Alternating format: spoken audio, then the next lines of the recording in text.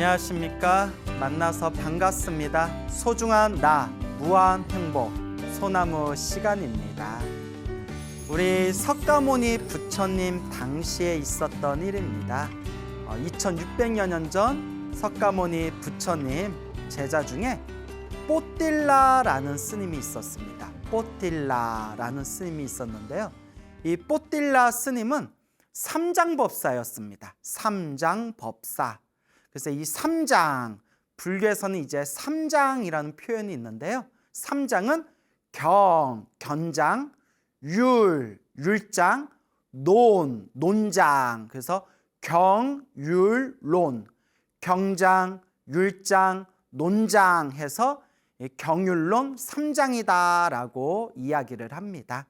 경은 부처님의 말씀을 모아놓은 것을 경이라고 합니다. 경. 그래서 우리가 경전이라고 하죠. 무슨 경, 금강경, 법화경 하듯이 부처님의 말씀을 모아놓은 것을 경이라고 하고요.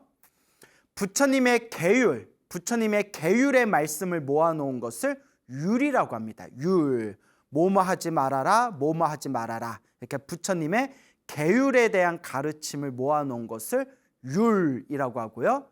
논은 이제 우리가 논문 쓰다 할 때 논자 있죠. 그래서 부처님의 제자분들께서 부처님의 경과 율을 해석한 것을 이제 논이다라고 흔히 이야기를 합니다. 그래서 경, 율, 논. 그래서 이것을 삼장이라고 부르게 됩니다. 그때 이제 삼장법사였던 뽀딜라라는 스님이 있었습니다. 이 뽀딜라 스님은 과거 전생에서부터 수행을 많이 하신 스님이었습니다. 그래서 과거 전생에서부터 이 글공부, 학문을 많이 닦으신 분이었대요. 그래서 과거칠불, 여러분 과거칠불이라고 들어보셨습니까? 우리 불교에서는 지금 석가모니 부처님 이전에도 수많은 부처님들이 계셨고 석가모니 부처님 이후에도 수많은 부처님들께서 세상에 출현해서 끝없이 이 중생들을 제도하신다고 합니다. 그래서 과거에 출현했던 수많은 부처님들 중에서 석가모니 부처님을 기준으로 과거에 출현하셨던 7 부처님을 과거 칠불이다라고 부르게 됩니다. 그러니까 석가모니 부처님 이전에는 가섭이라는 부처님이 계셨고요. 가섭 부처님 이전에는 구나한모니라는 부처님이 계셨고요. 또 그 이전에는 구류손이라는 부처님이 계셨고, 어쨌거나 이렇게 석가모니 부처님 기준으로 과거에 7 부처님이 계셨다. 그럼 또 이제 미래에 미륵 부처님이 오시잖아요. 그러면 미륵 부처님이 세상에 출현하시면 이제 미륵 부처님을 기준으로 과거에 7 부처님이니까 미륵 부처님이 출현하신 시대를 기준으로 하면 석가모니 부처님이 이제 과거불이 되시는 거죠. 과거에 출현하셨던 부처님. 자, 그래서 석가모니 부처님 이전으로 과거 칠불, 과거에 출현하셨던 7 부처님 시대 때에도 이 뽀딜라 스님은 삼장법사였다고 합니다. 그러니까 과거 전생에서부터 어마어마하게 이제 공부를 많이 하신 스님이셨어요. 그래서 이 삼장법사는 부처님의 경, 율, 논 삼장을 달달달달달 외우고 해박한 그런 어떤 부처님 가르침에 대한 지식을 담고 있어야 삼장법사라는 그런 명예로운 호칭을 얻게 됩니다. 이 삼장법사였던 뽀딜라 스님은 아주 부처님 가르침에 대해서 박학다식하였고, 그리고 500명의 스님, 500명의 학인 스님들을 제자로 두고 이렇게 널리 법을 펼치는 그런 이제 삼장법사 뽀딜라라는 스님이 계셨습니다. 근데 이 뽀딜라 스님이 박학다식하시고 총명하시고 지혜롭고, 그리고 500명의 스님들에게 부처님의 말씀을 가르치는 그런 훌륭한 선생님이었지만, 아직까지도 번뇌를 끊고 그리고 마음의 깨달음을 얻어서 아직까지는 생사윤회에서 벗어나지를 못했다고 합니다. 그러니까 이제 부처님께서 이 뽀딜라 스님을 탁 꿰뚫어 보고는 저 뽀딜라는 아직도 깨달음을 얻지를 못하고 있구나. 아직도 이 생사윤회에서 벗어나서 번뇌를 소멸하고 깨달음을 얻어야 되겠다라는 마음을 아직도 일으키지를 못하고 있구나. 내가 마땅히, 이제 부처님께서 내가 마땅히 저 뽀딜라를 자극시켜서, 저 뽀딜라의 마음을 자극시켜서 뽀딜라가 깨달음을 얻도록 내가 분발시켜줘야겠다라고 이제 부처님께서 그런 거룩한 마음을 일으키십니다. 그래서 이제 뽀딜라의 마음을 자극시켜서 뽀딜라가 빨리 깨달음을 얻게 하기 위한 까닭으로 부처님께서 이제 뽀딜라에게 이렇게 이야기합니다. 뚜짜 뽀딜라여, 두짜 뽀딜라여. 뚜짜는 머리가 텅 비었다라는 뜻이래요. 와, 엄청 심한 말이죠. 우리가 이제 아무리 친한 사람이라 하더라도 우리가 친한 사람이다 하더라도 누군가에게 야, 너는 왜 이렇게 머리가 텅 폈냐? 머리가 깡통이냐? 이 뜻이잖아요. 머리가 깡통이다. 머리가 텅 폈다.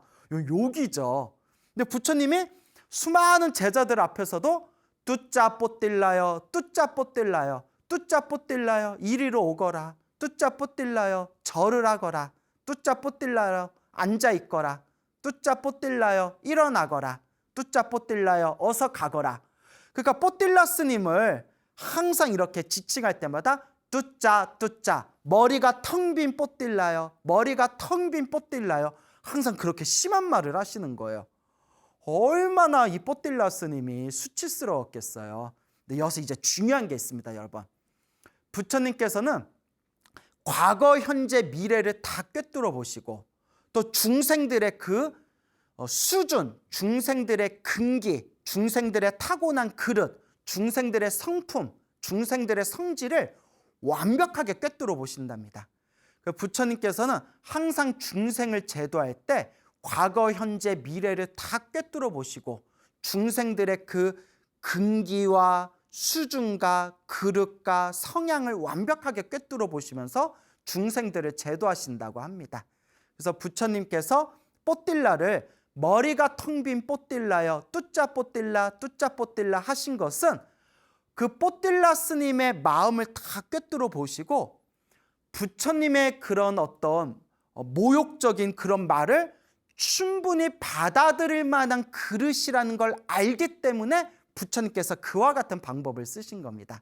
그러니까 부처님께서는 함부로 그렇게 말씀하시는 분이 아니라 이 중생은 받아들일 만한 그릇이구나 하면 그 그릇에 맞춰서 눈높이에 맞춰서 법을 설하시고 아직은 받아들이지 못할 만한 그릇이구나 하면 부처님께서는 그 중생에 대해서 또 눈높이에 맞춰가지고 또 그에 맞춰서 법을 설하시게 됩니다.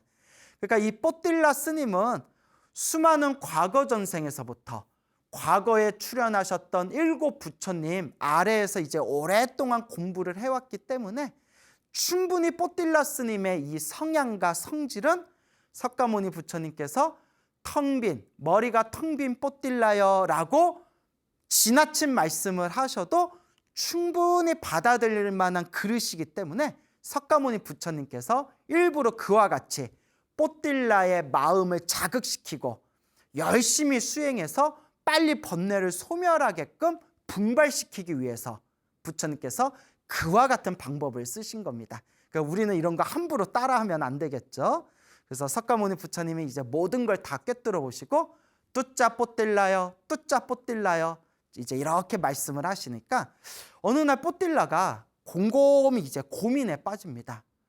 나는 부처님의 경, 율, 론 3장을 완벽하게 이해하고 암기하고 있다.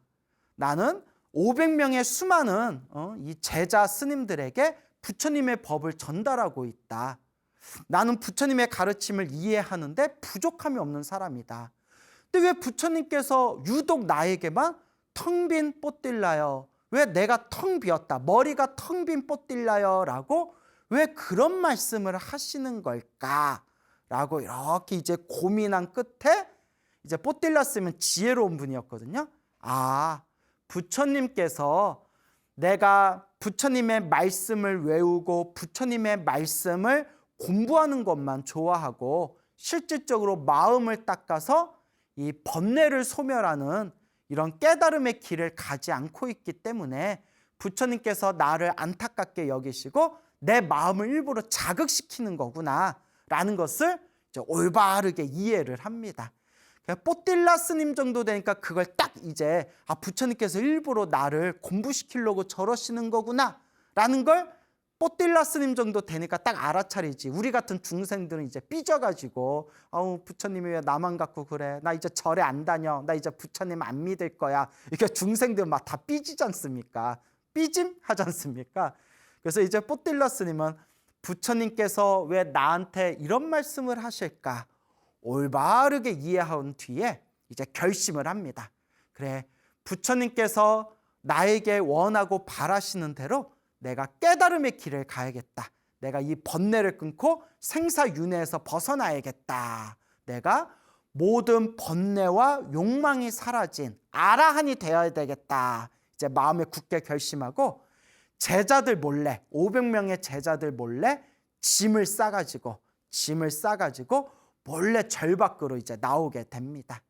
그래서 아주 먼 길을, 수십 킬로미터의 먼 길을 걷고 걸어서 어느 숲속에 있는 자그마한 사찰에 들어가게 됩니다.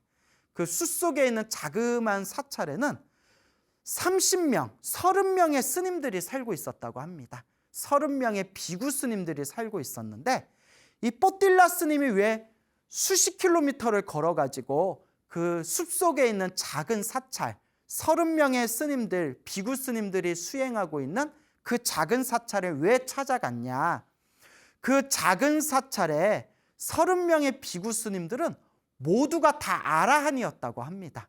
그 30명의 스님들 다 아라한의 깨달음을 얻은 욕망과 번뇌가 사라진 거룩한 성자들이었기 때문에 거룩한 성자들이 아라한들이 모여서 살고 있는 사찰이기 때문에 수십 킬로미터를 걸어서 그곳을 이제 찾아갔다고 합니다.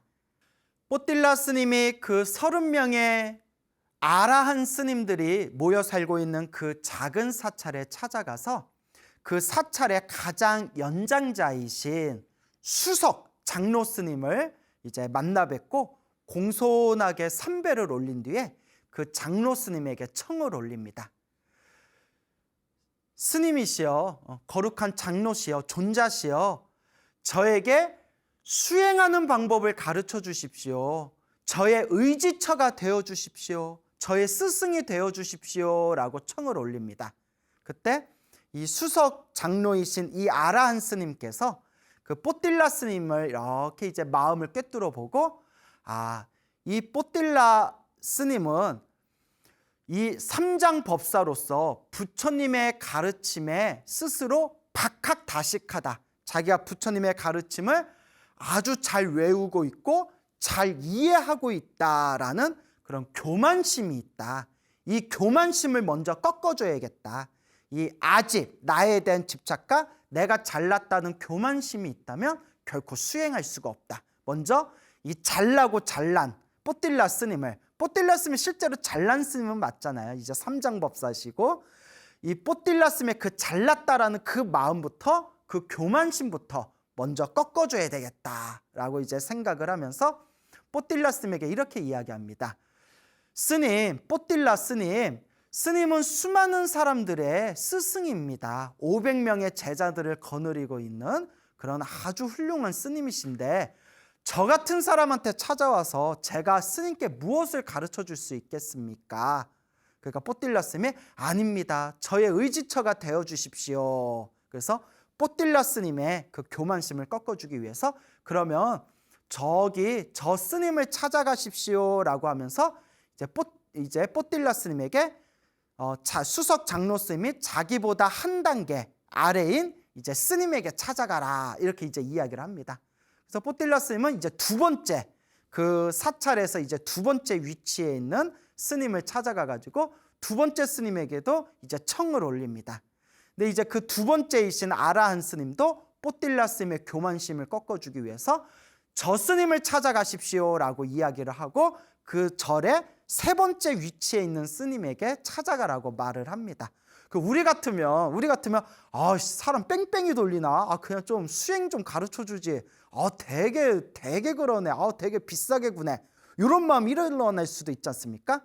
그런 교만심을 꺾어주기 위한 방법입니다. 워낙 뽀딜라 스님이 총명하고 머리가 똑똑하고 부처님의 삼장을 다 박학다식하게 이해하고 있고 오랫동안 수많은 사람들에게 존경받던 그런 스승이고 스님이었기 때문에 먼저 그 교만심을 꺾어주기 위해서 이제 스님들마다 저 스님을 찾아가십시오, 저 스님을 찾아가십시오 하면서 10명의 스님을 만나고 20명의 스님을 만나고 30번째 스님, 그 절에 30명의 스님들이 이제 같이 수행하고 있었지 않습니까?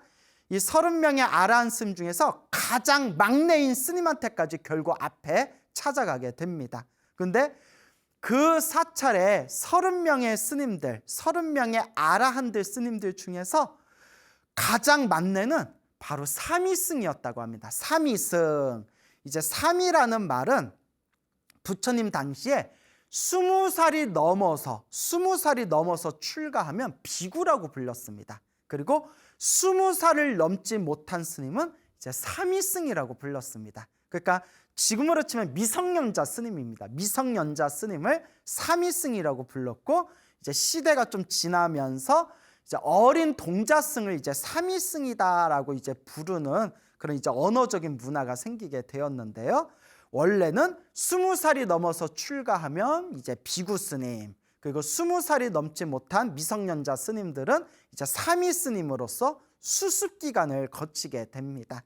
그때 뽀딜라 스님이 마지막 30번째 막내 스님을 찾아갔는데, 그 30번째 막내 스님이 나이가 7살이 된 삼위승이었어요. 나이 7살이 된 삼위승. 근데 여러분, 이 삼위승이 과거 전생에서부터 수행을 많이 했기 때문에 7살에 아라한이 된 거예요. 이야, 대박이죠? 어떻게 7살에 아라한이 되었을까요? 과거 전생에서부터 많이 오래오래 닦았기 때문에 이번 생에 석가모니 부처님의 제자가 돼서 7살 어린 동자승인 삼위가 7살에 아라한이 되었다. 이제 이런 내용들이 부처님 불교설화에 보면 이제 조금씩 나오거든요. 그래서 나이가 7살인 어린 삼위승이 그때 이제 바느질을 하고 있었어요. 근데 여러분, 삼위승, 7살 된 삼위승이지만 이미 아라한의 경지입니다. 욕망과 번뇌가 사라진 아라한이었어요. 바느질을 하고 있으면서 자기 앞에 찾아온 그 뽀딜라 어른 스님을 거들떠도 안 보는 거예요. 원래는 비구 스님, 장로 스님이 이렇게 찾아오면 어린 삼위승은 자리에서 일어나서 절을 올리고 예배를 올리고 자리를 이렇게 이제 좋은 곳으로, 높은 곳으로 옮겨드리는 게 삼위승의 예법이거든요. 근데 이제 바느질하면서 거들떠도 안 보는 거예요. 자, 여기서 중요한 게 그 삼위승은 이미 아라한이기 때문에 탐욕이나 성냄이나 어리석음이 전혀 없는 존재입니다. 나이만 7살이지 이미 욕망과 번뇌가 사라진 아라한이었어요. 근데 삼위승이, 그 나이 어린 삼위승이 왜 그런 건방진 모습을 보였냐, 이미 여러분들 눈치채셨죠? 순수하게 그 뽀딜라 스님을 위해서, 뽀딜라 스님의 교만심을 꺾어주기 위해서 일부러 그런 모습을 보이는 거예요. 그러니까 뽀딜라 스님이 그 나이 어린 삼위승에게 스님 나의 의지처가 되어 주십시오라고 이제 청을 올립니다. 이 정도면 뽀딜라 스님은 거의 교만심이 꺾인 거나 다름이 없어요. 가장 높은 어른 스님을 찾아가서 저의 스승이 되어 주십시오라고 했을 때 저 스님한테 찾아가십시오, 저 스님한테 찾아가십시오 해서 30명의 스님들을 뺑뺑이 돌면서 스님들에게 가르침을 주십시오라고 했는데 오히려 빠꾸 먹고, 우리가 속된 말로 빠꾸 먹었다 이러잖아요. 빠꾸를 먹고 마지막에는 한참이나 나이가 어린 삼위승 앞에까지 이렇게 공손하게 서서 두 손을 모아가지고 삼위승이여 스님 저에게 의지처가 되어 주십시오라고 말할 정도면 사실상 교만심이 거의 꺾인 거나 다름이 없죠. 그때 이제 이 아라한이었던 나이 7살이 된 삼위승이 뽀딜라 스님을 시험하기 위해서 이렇게 이야기합니다. 스님, 저한테 가르침을 배우려면 제가 하는 이야기, 제가 스님을 훈계하는 것을 달게 받아야 됩니다.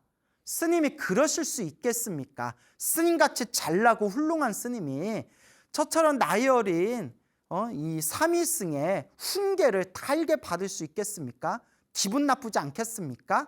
이렇게 살짝 찔러봐요. 쿡쿡 찔러봐요. 이제 시험하기 위한 거죠. 그때 뽀딜라 스님이 이렇게 대답합니다. 스님이 저에게 불 속으로 뛰어들라고 한다면 저는 그 불 속에도 뛰어들겠습니다. 그때 삼위승이 이렇게 이야기합니다. 스님, 그러면 저 연못에 한번 풍덩 들어가십시오 라고 합니다. 그 한참 어른 스님에게 그 쬐끄만 삼위스님이 저 연못 위에 뛰어들어가십시오 라고 딱 명령을 내립니다. 그때 주저하지 않고 뽀딜라 스님은 그 삼위승 앞에서 그 새카맣게 어린 그 삼위승이 시키는 대로 그 연못 위에 이 승복, 가사를 입은 채로 풍덩 그 연못 안에 뛰어들게 됩니다.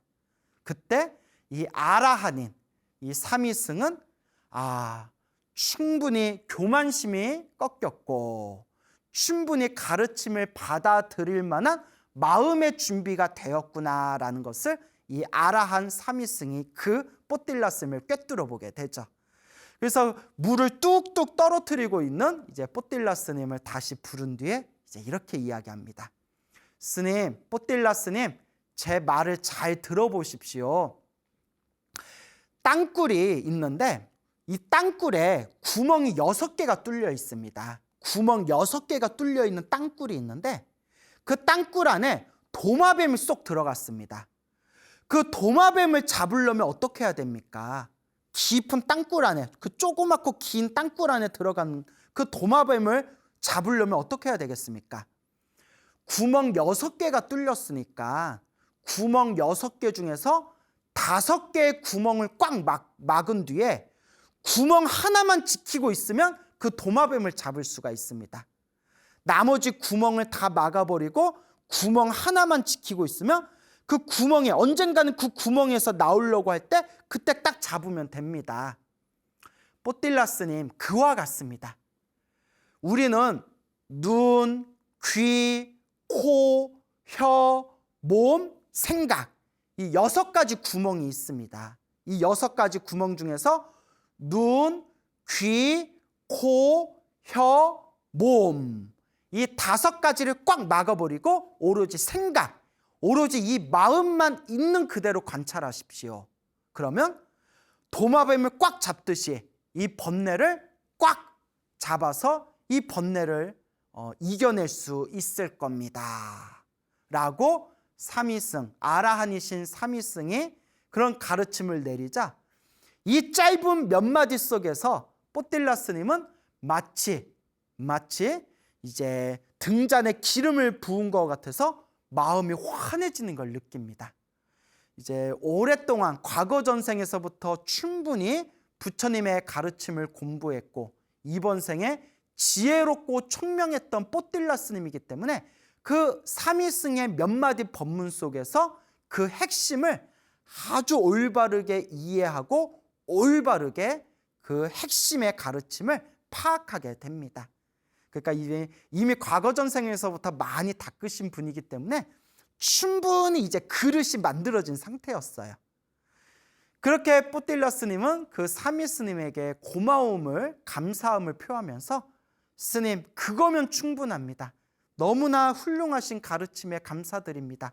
그거면 충분합니다. 라고 만족해하면서 그때부터 눈으로 보이고 귀로 들리고 코로 냄새 맡아지고 혀로 맛보아지고 몸으로 느껴지는 그 모든 감각들을 다 내려놓고 오로지 마음에서 일어나고 사라지고 일어나고 사라지는 그 마음을 있는 그대로 바라보고 있는 그대로 관찰하기 시작합니다. 이와 같이 뽀딜라 스님은 점점 깊고 깊은 그런 경지에 들어가게 됩니다. 그때 어느 날 뽀딜라 스님이 고요하게 앉아서 자신의 마음을 있는 그대로 바라보고 있었을 때 그때 먼 곳에 떨어져 계시는 석가모니 부처님께서 이 신통력의 힘으로, 신통의 눈으로 뽀딜라 스님의 수행의 수준이 바야흐로 아주 성숙하고 무르익게 되었구나라는 것을 완벽하게 꿰뚫어 보시게 됩니다. 그리고 때가 됐다. 이제 때가 됐다. 뽀딜라여, 이제 때가 됐다. 그리고 부처님께서 신통의 힘으로, 신통력의 힘으로, 신족통이라고 하죠. 순식간에 이제 거리를 뛰어넘는 그런 신족통이라는 그런 신통의 힘으로 부처님께서 수십 킬로미터 먼 곳에 떨어진 부처님께서 뽀딜라의 그 무르익은 깊은 수행의 경지를 꿰뚫어 보신 뒤에 신통의 힘으로 환한 광명을 일으키면서 앉아있는 뽀딜라 스님 앞에 짠 하고 이제 나타나시게 됩니다. 온몸에 환한 광명을 일으키면서 뽀딜라 앞에 짠 하고 나타나신 석가모니 부처님께서 뽀딜라를 향해서 이와 같이 법을 설하십니다. 지혜는 수행에서 생긴다. 지혜는 수행에서 생긴다. 수행을 하지 않으면 지혜가 줄어든다. 수행을 하지 않으면 지혜가 줄어든다. 지혜를 얻는 길과 잃어버리는 길을 잘 알아서 지혜를 얻는 길 혹은 지혜를 잃어버리는 길, 이것을 올바르게 잘 알아서 지혜를 얻기 위해 힘써 노력해라. 힘써 수행해라. 지혜는 수행에서 생긴다. 수행을 하지 않으면 지혜가 줄어든다. 지혜를 얻는 길과 잃어버리는 길을 잘 알아서 지혜를 얻기 위해 힘써 노력해라. 이와 같은 부처님의 설법을 듣자마자 그 자리에서 비로소 이 뽀딜라 장로는 모든 번뇌와 모든 욕망이 산산이 부셔지고 깨달음을 얻어 생사윤회에서 벗어난 거룩한 성자 아라한이 되었다라고 이야기합니다. 뽀딜라 장로는 과거 전생에서부터, 과거 일곱 부처님 때였을 때부터 부처님의 가르침을 달달달달 외우고 있는 그런 삼장법사였고, 이번 생에서도 석가모니 부처님 시대 때 부처님의 가르침을 올바르게 이해하고 그리고 달달달달 암기하고 있을 정도의 삼장법사였지만 마음의 깨달음을 얻지는 못하고 있었습니다. 아무리 부처님의 그 수많은 팔만대장경을 다 외우고 있어도 깨달음을 얻지 못했는데, 올바른 방법으로 마음을 닦아서 비로소 마음의 경지가 무르익었을 때 부처님의 법문, 부처님의 그 짧은 말씀 하나도 어렵지가 않아요. 뭐 별로 어려운 얘기도 아니에요. 뭐 반야심경하고 금강경은 심오하기라도 하지, 반야심경이나 금강경의 가르침에 비하면 그렇게 뭐 어렵거나 특별하지도 않은 부처님의 설법 한마디, 그 개송 하나에 완전한 그런 어떤 아라한의 깨달음을 얻게 됩니다. 그래서 이와 같이 뽀딜라 스님께서 아라한이 되셨다라는 그런 자신의 교만함을 꺾어버리고 나라는 집착을 꺾어버리고 위대한 성자가 되신 이야기가 전해지고 있었습니다.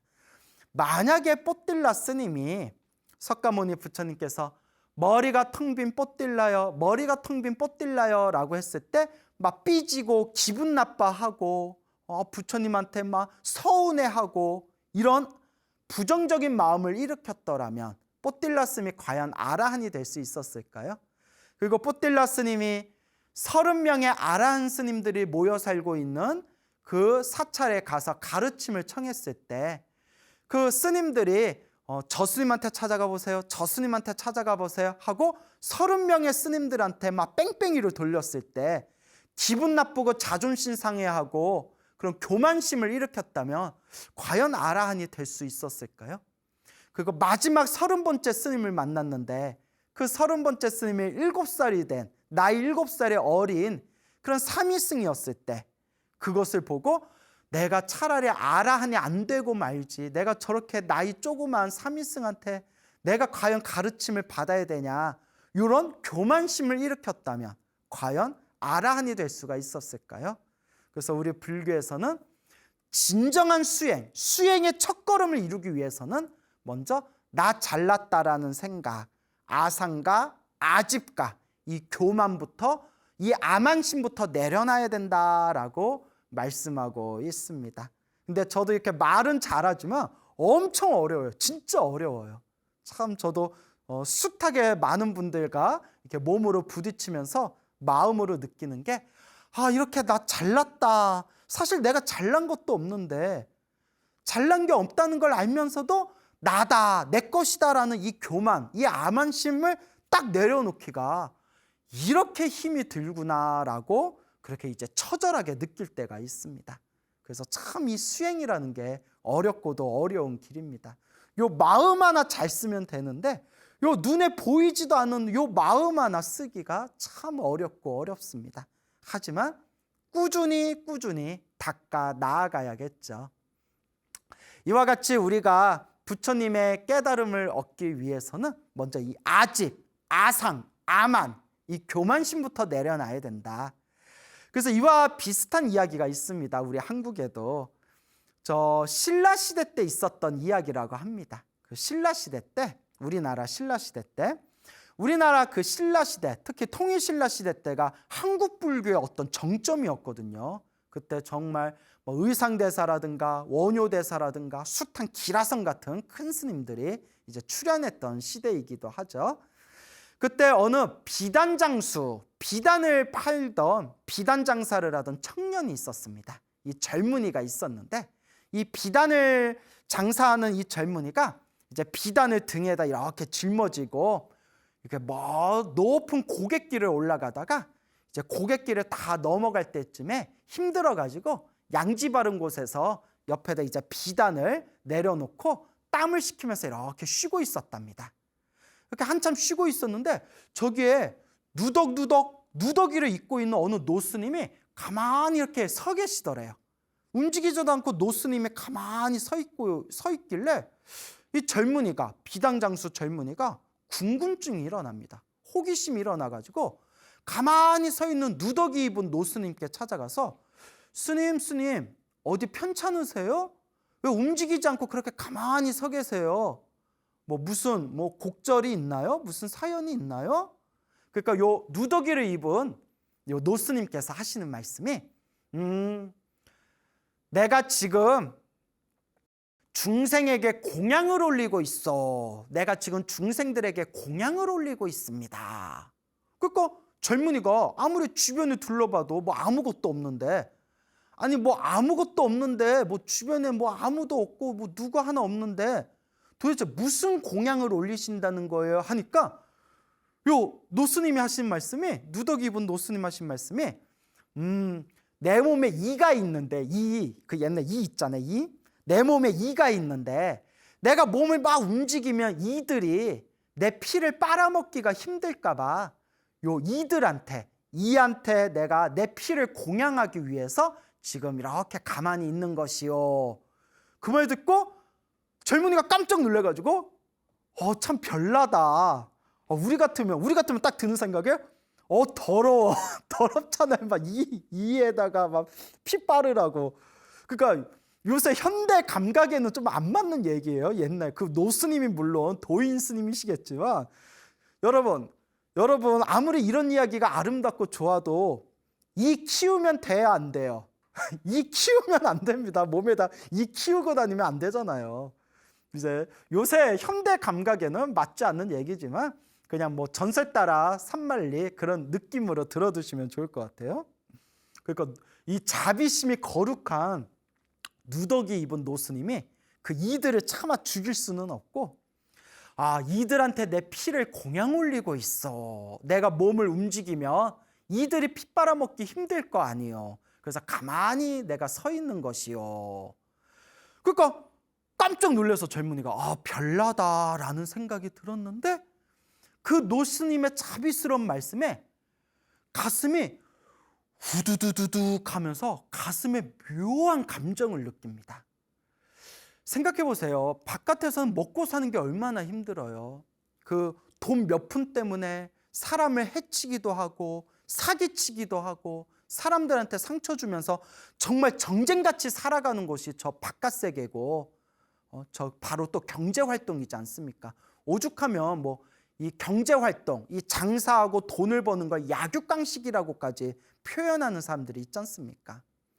그러니까 이 비단 장수가 이렇게 비단을 팔면서 전국을 돌면서 그렇게 마음에 힘들고 답답하고 지쳐 있을 때 이들에게 피 빨아먹으라고 내가 공양 올리고 있어라는 그런 너무나 천진하고 순수하고 자비심이 가득한 그 노스님의 말씀을 듣고 가슴이 우두루루루 이렇게 무너지는 그런 이제 묘한 느낌을 받게 됩니다. 그때 호련이 나도 이 거칠고 더럽고 힘든 이 세속을 벗어나 나도 머리 깎고 출가하겠다라는 생각이 들고 그 자기의 전 재산이나 다름없는 비단을 그냥 버려버리고 그 노스님을 쫓아갑니다. 노스님의 뒤를 쫓아가요. 스님, 스님, 저 스님의 제자가 되겠습니다. 스님의 제자가 되겠습니다. 저를 제자로 받아주십시오 하고 젊은이가 그 누더기 입은 노스님의 뒤를 막 쫓아갑니다. 그래서 이제 노스님이 계시는 그 조그만 다 쓰러져가는 그런 조그만 이제 암자에 도착했을 때 노스님이 끝까지 자기 뒤를 따라온 그 젊은이에게 비단장수였던 젊은이에게 이렇게 이야기합니다. 정말 내 제자가 되고 싶냐? 예, 스님 제자가 되고 싶습니다. 그래, 그러면 한번 해봐라. 그리고 그 자리에서 이제 머리를 깎여서 이제 행자가 됩니다. 이제 이 행자가 된 젊은이한테 이 노스님이 명령을 내립니다. 자, 이제 네가 여기서 절밥 얻어 먹으려면 네가 일을 해야 되지 않냐? 저 부엌에 가면 가마솥이 있다. 가마솥이 있는데 요 솥을 내가 좀 요 자리로 옮기고 싶다. 요 솥을 새롭게 아궁이를 만들어 가지고 새롭게 요 가마솥을 좀 걸어놔라라고 이제 시킵니다. 그러니까 옛날에는 이제 가마솥 거기 아궁이 이렇게 만들려면 흙 있잖아요. 황토흙. 흙을 모아 가지고 흙을 단단하게 이기기 위해서 거기다가 볏짚을 잘라서 볏짚에다가 이렇게 막 이제 뭉쳐 가지고 그것을 이제 탄탄하고 반듯하게 그 아궁이 모양으로 황토흙을 쌓은 뒤에 거기다가 솥을 이렇게 기울어 있으면 안 되거든요. 기울어 있으면 한쪽만 타잖아요. 아주 수평으로 반듯하게 이렇게 가마솥을 올려놔야 됩니다. 그러니까 되게 고된 작업이죠. 그러니까 이 성실한 이 젊은이가 힘들게 구슬땀을 흘려가지고 가마솥을 예쁘고 반듯하게 이제 새롭게 걸어 놓습니다. 그래서 노스님이 오시더니 갑자기 노스님이 야야야야 여기 아닌 것 같다. 야 저쪽으로 다시 바꿔서 만들어라 이러더래요. 아 힘들게 만들어놨는데 다시 바꾸려니까 얼마나 화딱지가 나겠어요. 근데 젊은이가 아무 말도 없이 묵묵하게 예 하더니 또 저쪽 자리에 가가지고 또 새롭게 또 가마솥을 또 걸어놨어요. 또 힘들게 고된 작업을 해가지고. 근데 또 노스님이 오시더니 괜히 화를 버럭 내면서 야 삐뚤어졌잖아. 반듯하게 해야지. 근데 젊은이는 자기가 아무리 봐도 반듯한 것 같은데 노스님이 화를 내면서 다시 걸어라. 그거 어떡해요? 또 다시 또 이제 작업을 해서 또 만들었대요. 노스님이 와서 야야야 너는 눈이 삐뚤어졌냐? 똑바로 못 거냐? 이런 식으로 시비를 걸면서 그 솥을 9번을 새로 갈았대. 9번.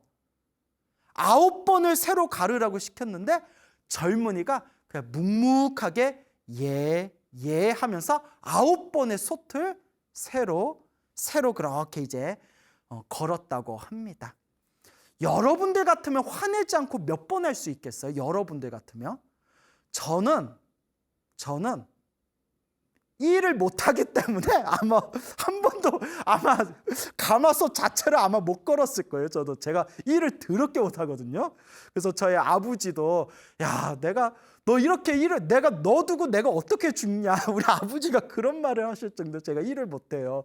예, 딱 눈치채셨죠? 제가 못질도 잘 못하거든요. 아 이거 자랑도 아닌데 어쨌거나 그렇게 9번을 화 한 번 내지 않고 묵묵하게 가마솥을 새롭게 걸었더니 노스님께서 그때서야 그래 너 정도면 너의 그 마음의 품성이라면 수행할 수 있겠구나. 그 노스님 일부러 시험했던 거예요. 요 놈이 수행을 잘할 것인가. 시험하고 시험해서 9번 트집을 잡았는데 그 9번에 그 시비와 트집 속에서도 젊은이가 묵묵하게, 그러니까 타고난 성품이 다른 거예요. 그래서 우리가 누구든지 이번 생에 마음을 깨치면 그 자리에서 부처가 될 수 있지만, 이론적으로는, 하지만 실제로 부처님의 경전이나 불교 설화를 보면 대부분 전생에 닦은 분들이에요. 사실 전생에 닦은 분들이 이번 생에 그 마음의 품성이 무르익어서 뻥 하고 깨달음을 얻게 되거든요. 그래서 이 남다른 아주 그런 좋은 그릇을 갖춘, 좋은 품성을 가진 이 젊은이가 그 노스님 밑에서 열심히 수행해가지고 큰 깨달음을 얻은 그런 위대한 스승이 되셨다. 그래서 그 젊은 이제 스님, 그 젊은이, 그 스님을 이제 후대에 솥을 9번 갈았다 해가지고 그 뜻을 높여서 구정선사라고 불렸다고 합니다. 구정, 솥을 9번 갈았다. 그래서 구정선사다라는 그런 유명한 한국불교 설화가 있습니다. 그래서 우리는 이런 이야기를 통해서 머리로는 다 알아요. 솔직히 뭐 나도 알고 여러분들도 다 아시잖아요. 아집을 버려야 된다, 아상을 놓아야 된다, 아만과 교만심을 완전히 내려놔야 된다. 요 교만심이 있으면 올바른 불자가 아니다, 올바른 수행자가 아니다. 머리로는 다 알지만 참 몸과 마음으로는 실천하기가 어렵습니다. 우리는 이것을 업습이라고 합니다. 업습, 업의 습관. 과거 전생에서부터 중생으로서 내가 지었던 몸과 말과 생각으로 지은 이 중생으로서의 업의 습관 때문에 머리로는 다 알면서 몸과 마음이 잘 안 따라준다. 하지만 꾸준히 닦고 닦고 나아갈 수밖에 없다. 그렇게 정진하다 보면 우리도 언젠가는 저 위대한 부처님과 같은 그런 똑같은 깨달음을 얻게 될 것이다 라는 것을 우리 불자 여러분들 꼭 명심하시고 되새기시기 바랍니다. 여러분, 행복해지고 싶습니까? 행복한 삶을 창조하고 싶습니까? 복을 지으십시오. 선업을 지으십시오. 공덕을 쌓으십시오. 복과 선업과 공덕의 힘이 여러분들을 진정한 행복의 길로 이끌어 줄 것입니다. 여기서 마치겠습니다. 여러분, 성불하십시오.